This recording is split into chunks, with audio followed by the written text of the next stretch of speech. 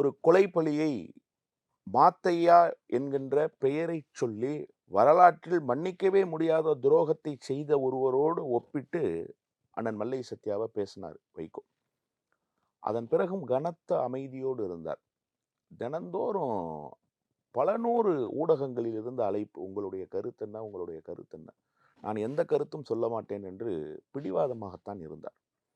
வைகோவினுடைய மகன் இவரை சமூக விரோதி என்பது போன்ற ஒரு தொனியில் பேசியதற்கு பிறகுதான் மௌனம் கலைகிறேன் என்று சொல்லி வந்தார்.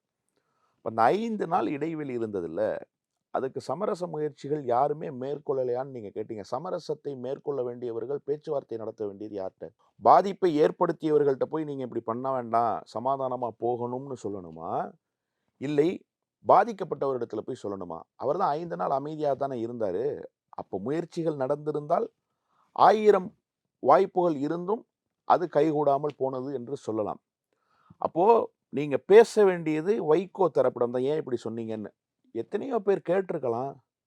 பொதுவாக இருக்கக்கூடியவர்கள் கேட்டிருக்கலாம். ஊடகவியலாளர்கள் கேட்டிருக்கலாம். பல கூட்டணி கட்சி தலைவர்கள் பேசியிருக்கலாம். ஆனா வைகோ ஒரு விஷயத்துல ரொம்ப உறுதியாக இருந்தார்.